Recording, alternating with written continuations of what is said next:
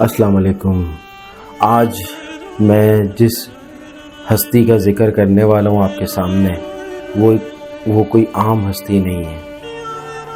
उस हस्ती ने यहाँ पर उन लोगों के लिए, उन दरवेशों के लिए, उन अहले बैत के कुंबे के यानी कि अपने कुंबे के लिए वो रास्ते खोले जो आज तक हम उनके कदमों पे चलते हुए उन्हें तलाश करने की कोशिश कर रहे हैं।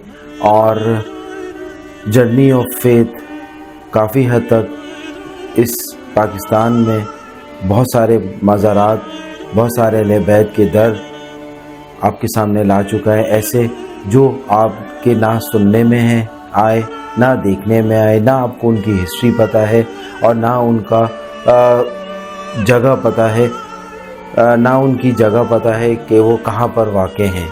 जर्नी ऑफ फेथ कई सालों से ये खिदमत अंजाम दे रहा है।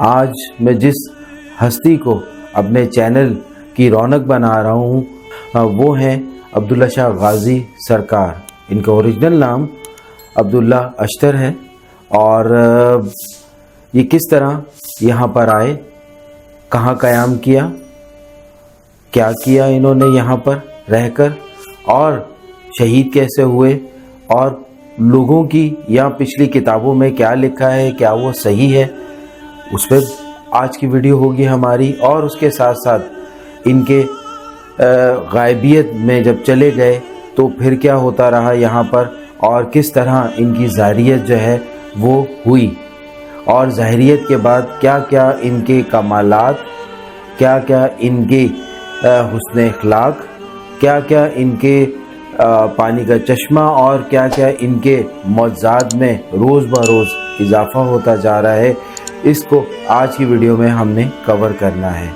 ये वीडियो बेसिकली 2 से 3 जो है वो पार्ट्स पे मुहित होगी, और इसको हम जब देखेंगे तो हम अच्छी तरह जानेंगे, क्योंकि बहुत सी ऐसी वीडियोस जो मीडिया पे मौजूद हैं, इंटरनेट पे मौजूद हैं, वो इस नौइयत की नहीं होंगी जिस नौइयत की ये वीडियो होने वाली है।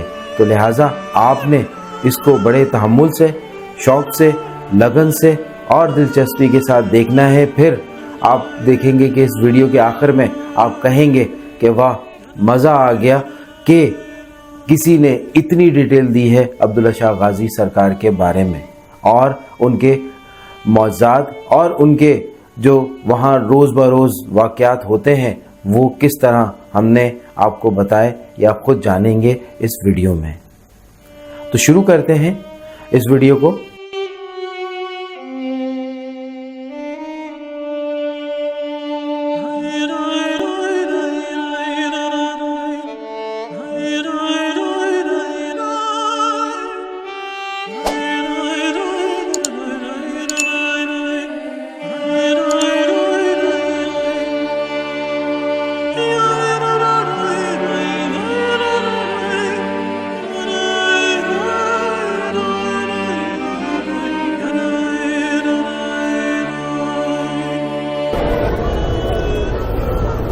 अस्सलाम वालेकुम, या अली मदद, कैसे हैं आप लोग? ठीक है। काफ़ी देर से मैं यहाँ खड़ा था, सोच रहा था कैसे स्टार्ट करूँ अपने सफ़रनामे का, जो अब्दुल्ला शाह गाज़ी सरकार की ज़िंदगी के बारे में है। और आज ये कराची के एक आइकॉन या लेजेंड के तौर पर जाने जाते हैं। तो आइकॉन और लेजेंड तो हैं, मगर इनकी ज़िंदगी में ऐसा क्या हुआ कि आज ये यहाँ पर मुकीम है, और इन्हें कैसे कहाँ और किस किस दौर में क्या क्या सहना पड़ा, और किस तरह इंसानियत को आज बचाने के लिए ये खड़े हैं। वो भी आज का इंसान जो किसी चीज़ पे मुत्तफिक नहीं है, उसे हर वो चीज़ चाहिए जो उसके मेयार पे हो, या उसकी पसंद की हो, या उसे दुनिया ने उसको प्रोग्राम किया हो कि इसके पीछे लग जाओ और ये चीज़ चाहिए।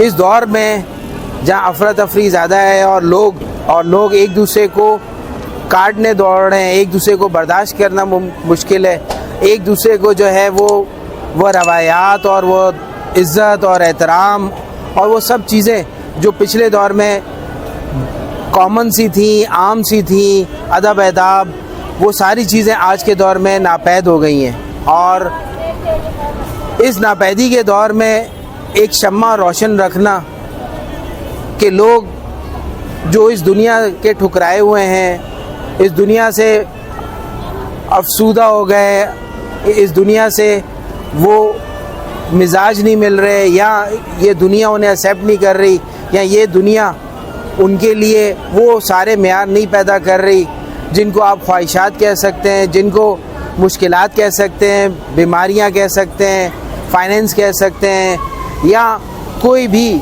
ऐसी ज़िंदगी की चीज़ें जो इस दुनिया में रहते हुए वो हासिल नहीं कर पा रहे या पूरी नहीं कर पा रहे। बहुत कम ऐसे लोग हैं जो शैदाई हैं, जो वाकई इन अहले नज़र बुज़ुर्गों के मज़ारात पर, उनकी कब्रों पर और उनके जो है वो ज़ियारात पर आते हैं और यहाँ अपना हक़ अदा करते हैं। बहुत से लोग मैंने यहाँ देखे हैं जो जस्ट फॉर टाइम पास, तफरी या बैठकर हवा चेंज करना या बहुत सारी ऐसी चीज़ों में फंसकर अपना टाइम यहाँ स्पेंड कर देते हैं कि जिस दर पर आए उसी दर को ना जाना ना पहचाना, बस बैठे रहे, टाइम पास किया, बातें की, गप्पे मारी और चले गए।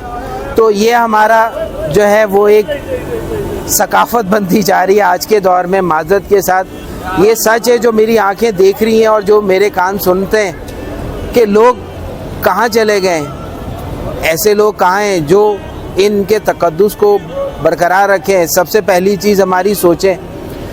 बहुत से लोग बहुत सी सोचों के हिसाब से बहुत सारे अपनी तरफ से फतवे जारी कर देते हैं, अपनी तरफ से बोल बैठते हैं इन हस्तियों के बारे में जिनको वो जानते भी नहीं हैं। अगर एक हस्ती 1000 साल से ज़्यादा या कई सौ साल से कुदरत ने उसको महफूज किया है, आप और मैं कौन होते हैं कि उनके बारे में ऐसी बातें बोलें। अल्लाह ने फ़िरौन को भी उसके कहने के मुताबिक कायम रखा और जो अल्लाह ने कहा था अपना वादा पूरा कर दिखाया कि तुझे ऐसी कौम के सामने ज़ाहिर करूँगा जो इबरत पकड़ेगी। शायद हमसे पहले वालों ने इबरत पकड़ी और हम फिर भूल गए। तो ये वो लोग हैं जो अपने आप को इस रास्ते पे, कौन से रास्ते पे, जो खुदा ने बताया है कुरान में, नबी सल्लल्लाहु अलैहि वसल्लम ने अमली तौर पे दिखाया है, सहाबा ने, और फिर अहले बैत की पूरी लड़ी ने, ख़ानदान के ख़ानदान, नस्ल दर नस्ल वो सारी चीज़ों पे अमल करके बार बार लोगों को बताया। एक ने नहीं, दो ने नहीं, तीन ने नहीं, सैकड़ों ने, हज़ारों ने, लाखों अहले बैत ने अपने अपने ज़माने में जो जो उनको मुश्किलात हुई, जो जो परेशानी हुई, उसके तहत उन्होंने अपनी ज़िंदगी लोगों के सामने आया की और अपने आप को मनवाया उस दौर के हिसाब से जब हम कहते थे वो दौर ख़राब है। जैसे आज का दौर हम कहते हैं बहुत ख़राब है, बुरा है, और यहाँ पर हम अपनी नस्लों को कैसे सरवाइव करवाएं।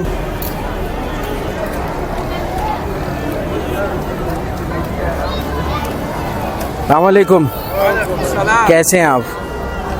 इजाज़त है, बैठ सकता हूँ? बिस्मिल्लाह करें।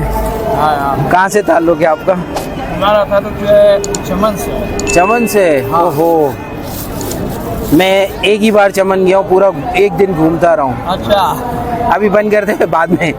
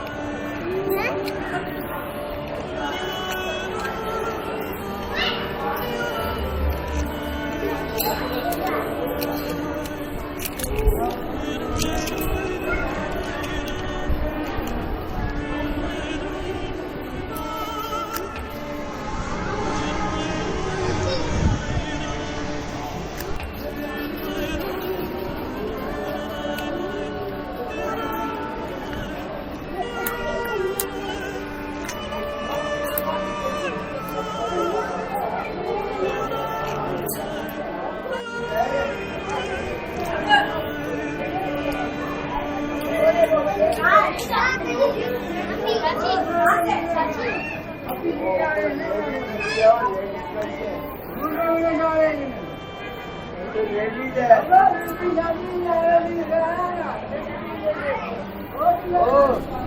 का इंसान जिन चीज़ों में फंस कर अपने आप को ज़ाया कर रहा है और ऐसे दरों पर आकर भी अपने आप को अवेल नहीं करता, ना टाइम को अवेल करता है, तो आज की वीडियो उन लोगों के लिए कि वो इन दरों पर आकर करें तो करें क्या।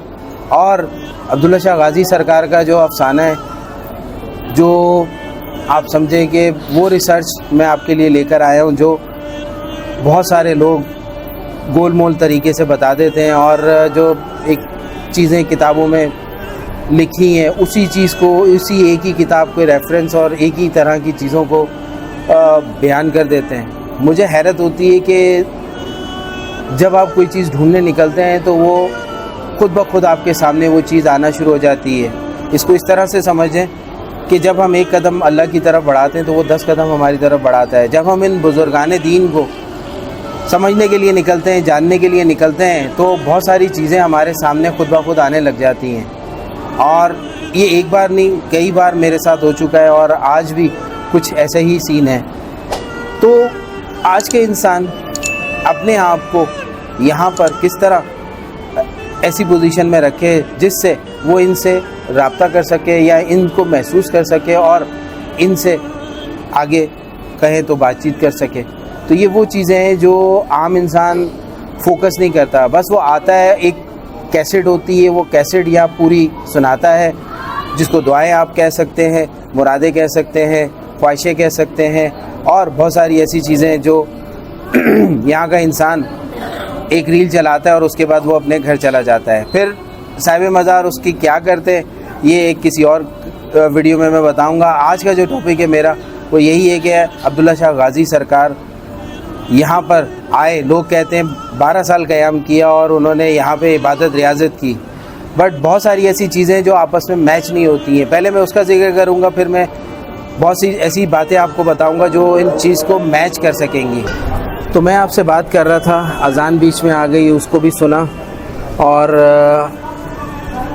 अब्दुल्ला शाह गाज़ी सरकार, हम बता रहे थे कि हम यहाँ पे वो चीज़ें पहले मेंशन करूँगा मैं इनकी, जो चीज़ें यहाँ बहुत डिस्टर्बिंग रही है मेरी रिसर्च में। पहली चीज़ कि ये शहीद होते हैं अंदरून सिंध में और इन्हें वहाँ से यहाँ लेकर आ जाते हैं। ये एक चीज़ जो नहीं समझ में आई। और वो अपने साथियों के साथ जाते हैं और वहाँ किसी की तलवार सर में लगती है और शहीद हो जाते हैं। इनके साथ लोग थे, इनके शागिर्द थे, तो मुकाबला हुआ या नहीं हुआ, क्या हुआ उसकी डिटेल नहीं है। फिर यहाँ पर पहुँचे कैसे, क्योंकि उस ज़माने में ये जो पहाड़ था ये एक जज़ीरा नुमा था और इसके इर्द गिर्द समंदर था 1400 साल पहले। और यहाँ पर एक करीब में जो कोलाची था, पुराना जो बस्ती थी मछेरों की, वहाँ का जो हाकिम था वो एक हिंदू था, राजा आप कह लें उसे, जो यहाँ के नसब चलाता था। और सिंध का गवर्नर जो था वो आगे जाके मैं आपको बताऊंगा, वो मोहम्मद बिन कासिम के बाद जो अब्बासी सारे सिलसिला शुरू हुआ वो सिस्टम में आए।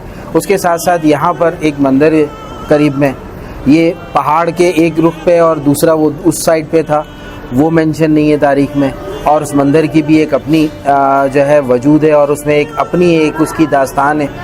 ये वो क्वेश्चंस हैं जो मिक्स प्लेट हुए हैं, लोगों ने कभी इस पे ध्यान नहीं दिया और ना ही इस पे जो है कभी बात की है। तो मैं आज इस टॉपिक पे भी आपसे बात करूंगा और जो मेरी अपनी रिसर्च है उसके बारे में और चीज़ों को रख के वो समझाने की कोशिश करूंगा कि अब्दुल्ला शाह गाज़ी सरकार लेजेंड तो हैं यहाँ के और तूफ़ानों को भी ये टाल देते हैं और लोगों की मददें मुरादें भी हो जाती हैं, बट इन्होंने वो सब कुछ कैसे किया और यहाँ पे सर्वाइवल कैसे किया और ये किस तरह यहाँ पर आए। जो तारीख़ बताती है वो कहती है कि ताजिर के हिसाब से आए, घोड़ों लेकर आए। कुछ बताते हैं कि यहाँ पे दीन फैलाने आए थे, कुछ जो है वो कहते हैं यहाँ वैसे ही आए थे।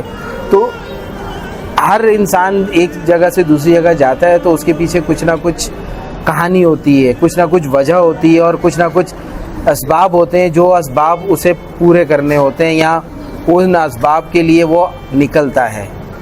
तो आगे मिलते हैं, स्टे ट्यून।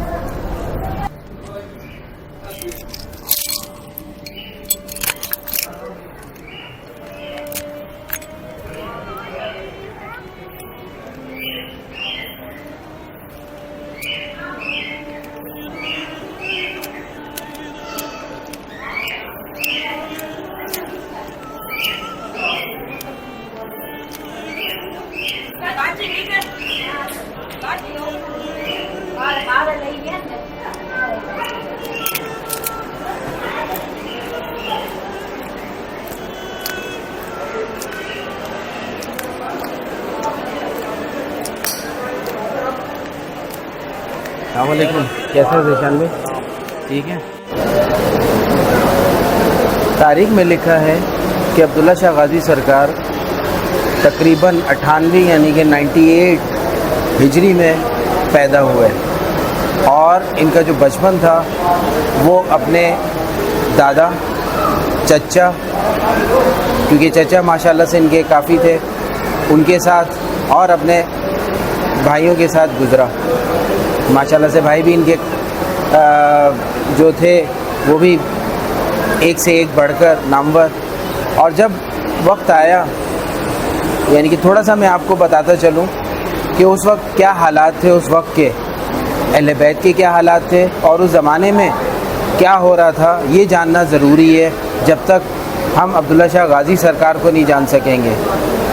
ये वो दौर था जब वो पैदा हुए। आहिस्ता आहिस्ता जो उमवी थे वो अपने ख़ात्मे की तरफ जा रहे थे और करबला हुए कई साल गुज़र चुके थे।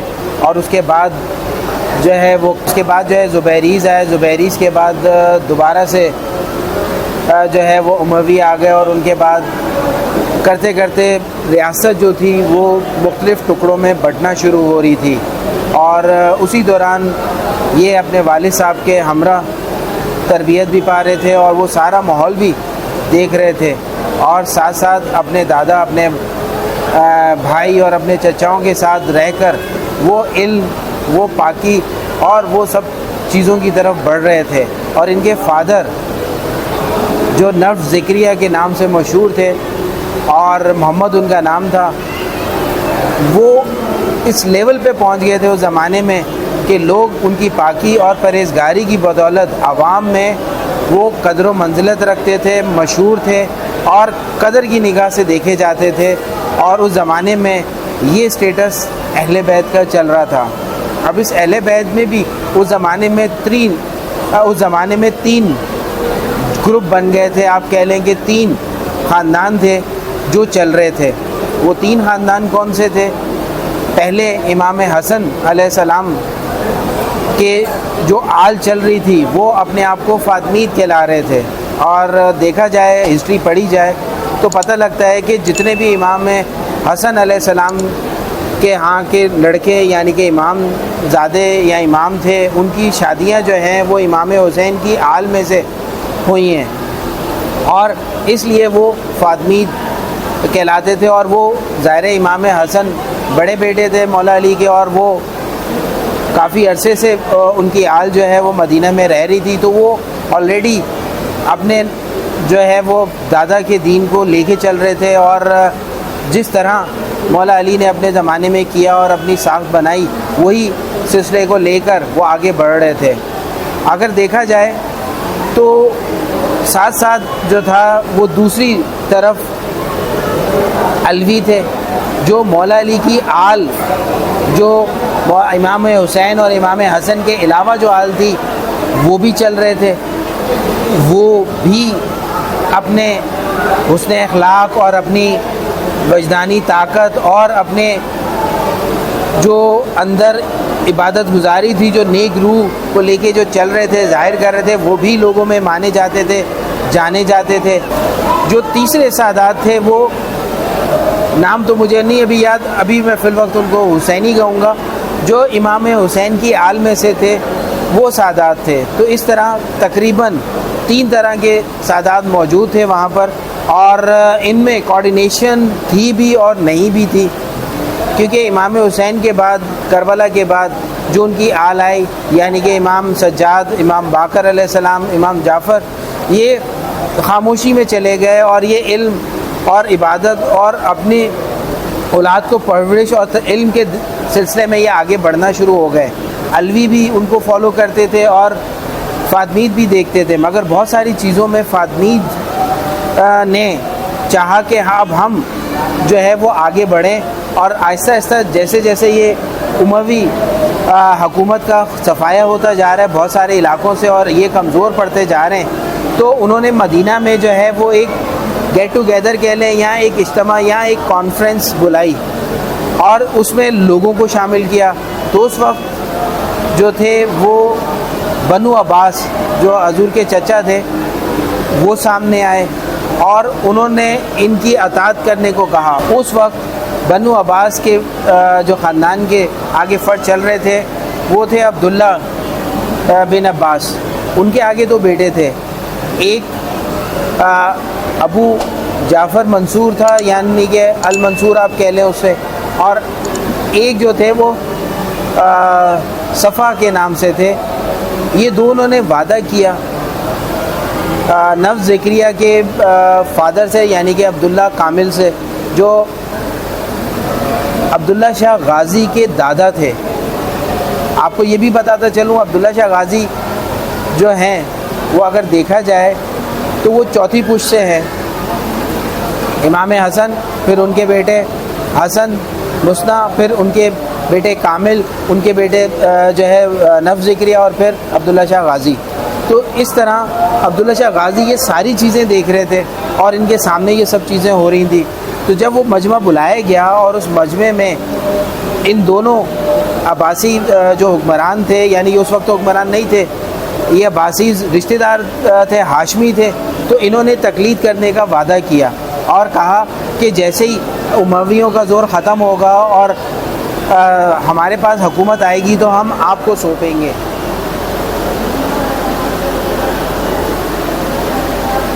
कहते हैं कि इस तहरीक को जो है वो तहरीक अब्बासी कहा गया, कि जो मीटिंग हुई और इसमें हर चीज़ बयान की, और इस मीटिंग में जो थे या इस मुलाकात में या इस जलसे में जो थे वो अलवी और फातमी सादात जो है वो, और अब्बासीस के ये दो जो मैंने आपको नाम बताए, अब्दुल्ला के बेटे, ठीक है, सबा और अल मंसूर, ये दोनों भी थे। और इन्होंने याद दहानी करवाई और इनसे कहा कि हमारी हिमायत जारी रखें और फिर जब हम अपने मकसद को पूरा पहुंचेंगे और तो हम आपको सपोर्ट ये कर देंगे।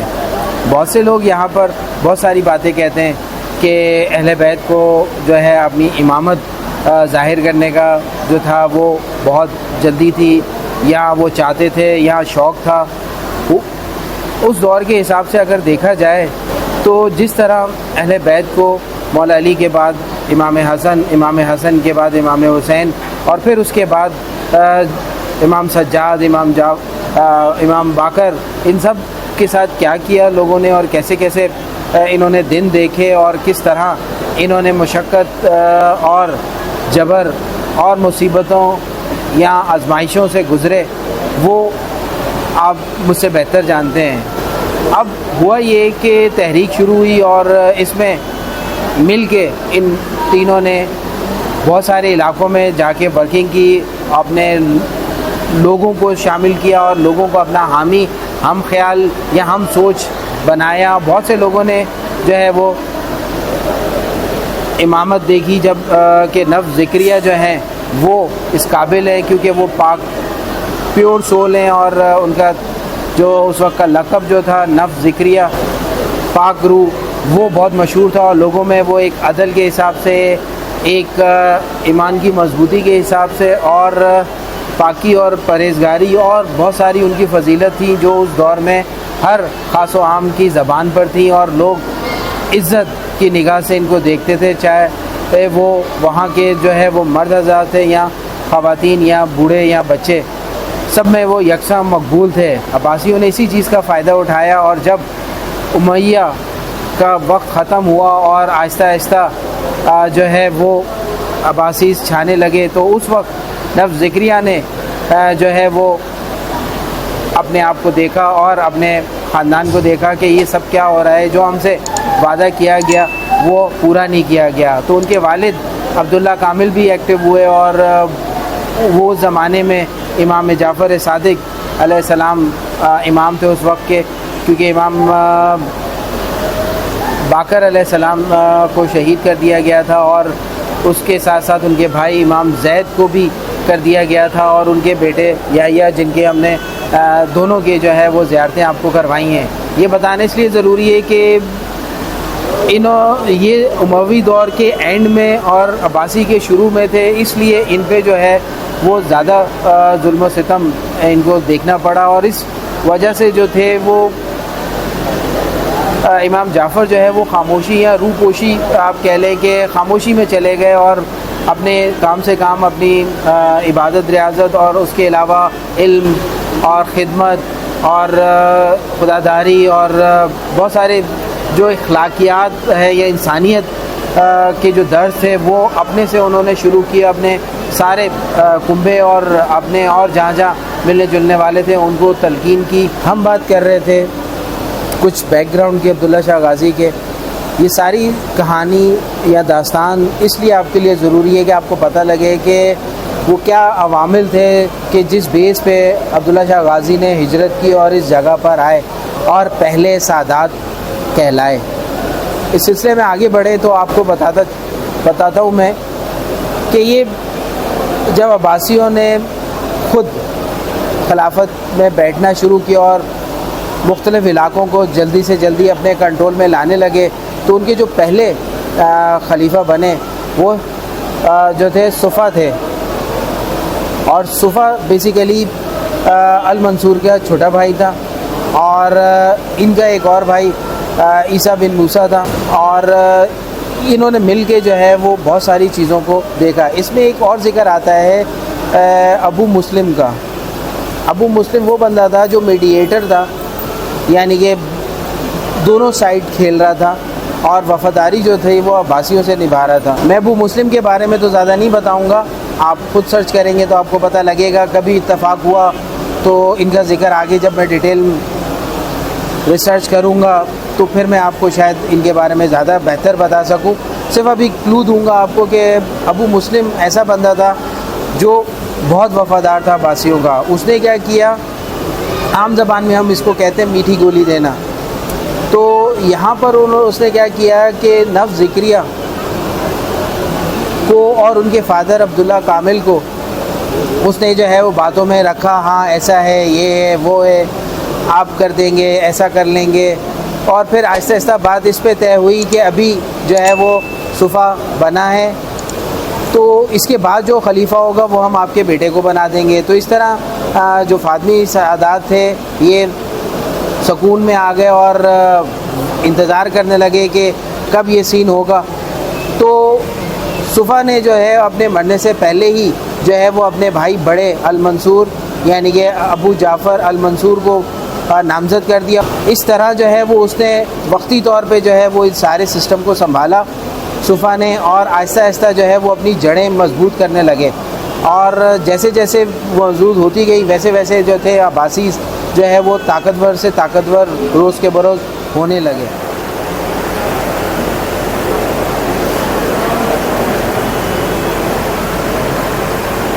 होना क्या था, दुनिया का दस्तूर है और ये दस्तूर ऐसा है कि जिसको पकी पकाई देग मिल रही हो और जिसको आसानी से वो सारे कानून या वो सारी सहूलतें और वो पावर मिल रही हो तो कौन छोड़ता है, नीयत ख़राब हो ही जाती है अक्सर लोगों की।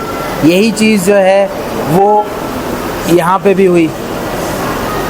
जब सबा पहला खलीफा बना और उसने जो है मीठी गोलियाँ और बहुत सारी चीज़ें करते करते सादात को आहिस्ता आहिस्ता ठंडा किया और कहा कि मेरे बाद बन जाना, तो बेसिकली तो वो अपनी जड़ें मजबूत कर गया। जब वो इंतकाल हुआ उसका और अल मंसूर जो था वो हज पे आया हुआ था और जब इसे हज के दौरान पता लगा कि मेरा भाई दुनिया फ़ानी से चला गया है सबा, सफ़ा, तो वो फ़ौरन जो है वो बगदाद पहुंचा, और बगदाद पहुंचने के बाद उसने जो है हुकूमत संभाली।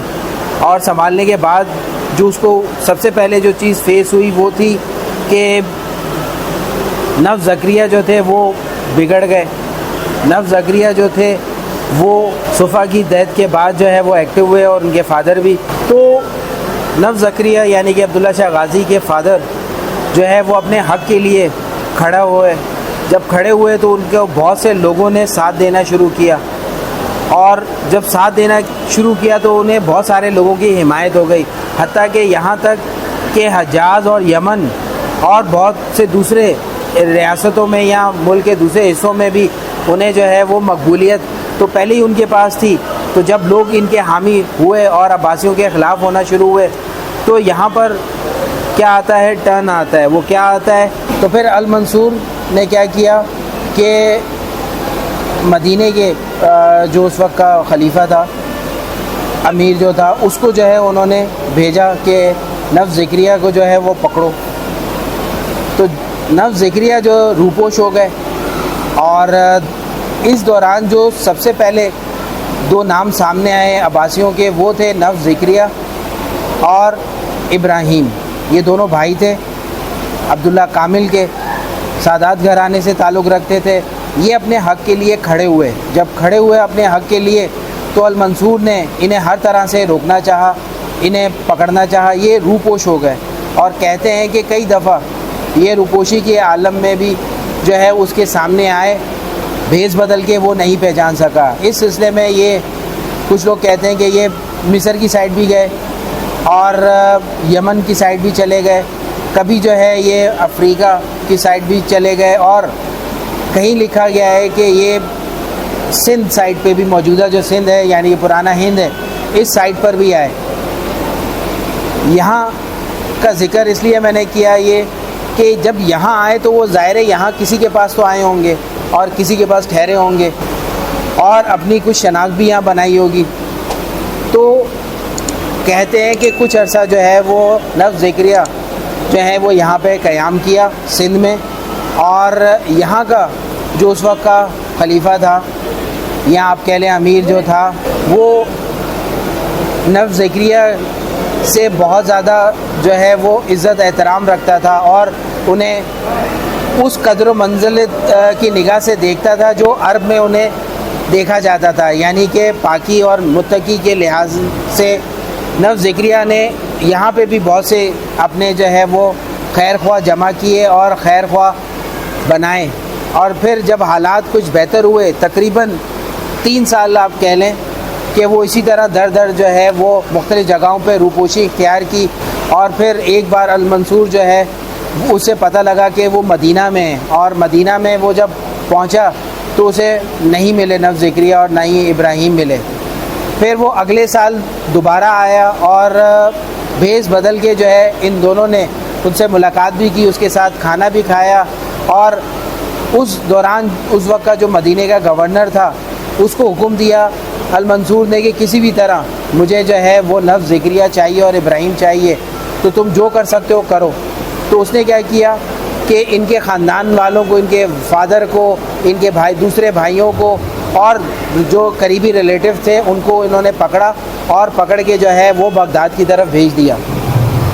और जब ये इमाम को पता लगा, नफ़ ज़करिया को पता लगा, तो वो बाज़ लोग कहते हैं कि वो भी उसी काफ़िले में भेस बदल के उनकी निगरानी में साथ साथ थे।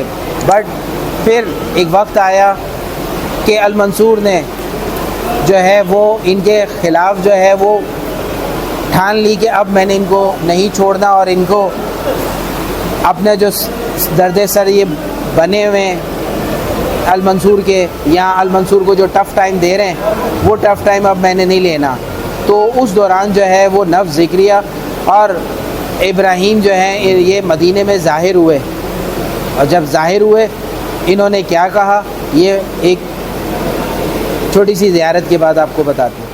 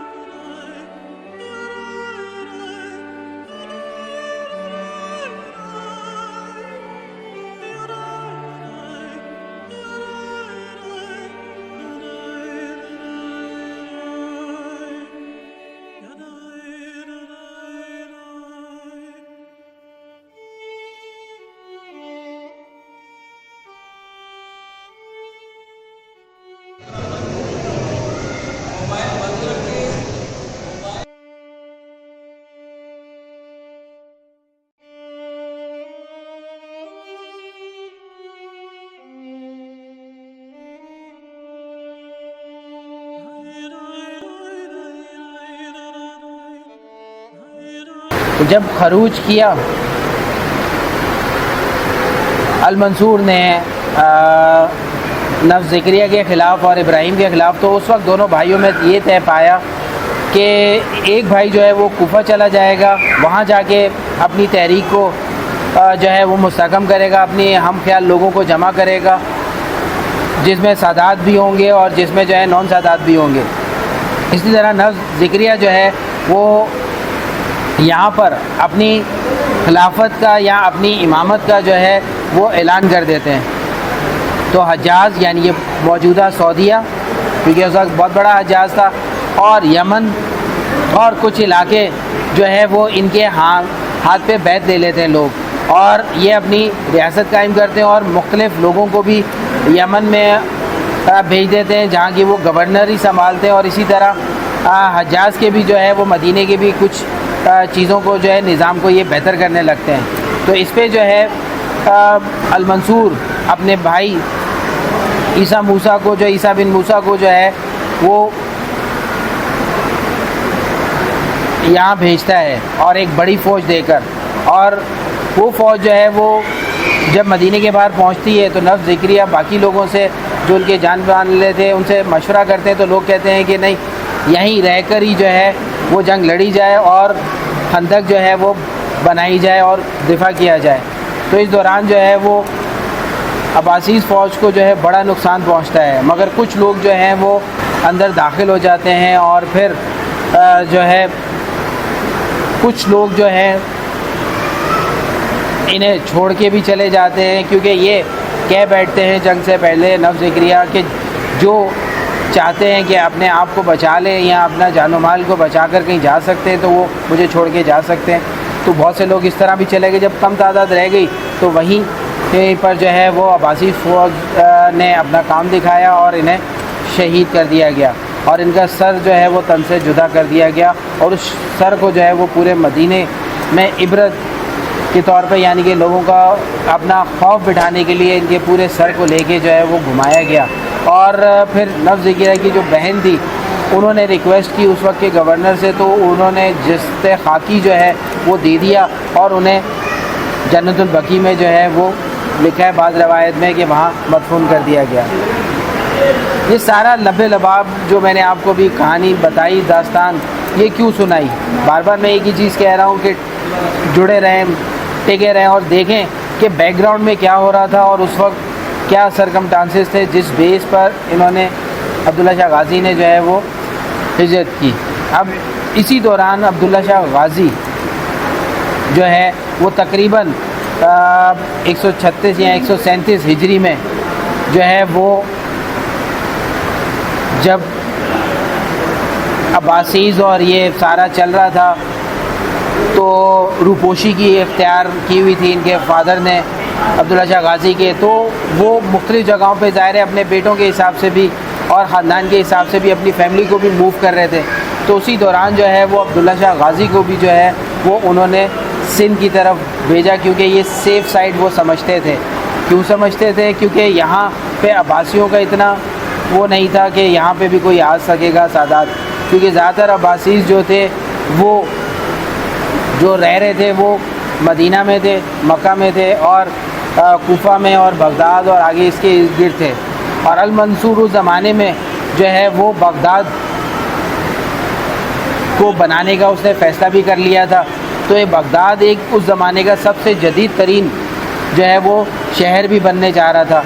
तो इनके फादर को 145 हिजरी में जो है वो शहीद कर दिया जाता है। उससे पहले जो है वो नफ्स ज़िक्रिया जो है अब्दुल्ला शाह गाज़ी को इस साइड पर जो है वो शिफ्ट कर देते हैं या भेज देते हैं। अब मुख्तलिफ़ रवायात में यहाँ कहा गया है कि वो 200 घोड़े लेकर जो है वो ताजिर बनकर आए इराक़ से। कुछ कहते हैं कि वो 250 अफराद के साथ जो है एक लश्कर के लिए यहाँ पर आए तबलीग दीन के लिए। अब ये चीज़ें कन्फर्म होना मुश्किल हैं, क्योंकि मुख्तलिफ़ चीज़ें एक ही शख्स के बारे में कह देना ये ज़रा सा जो है वो मुश्किल बात होती है कि इसका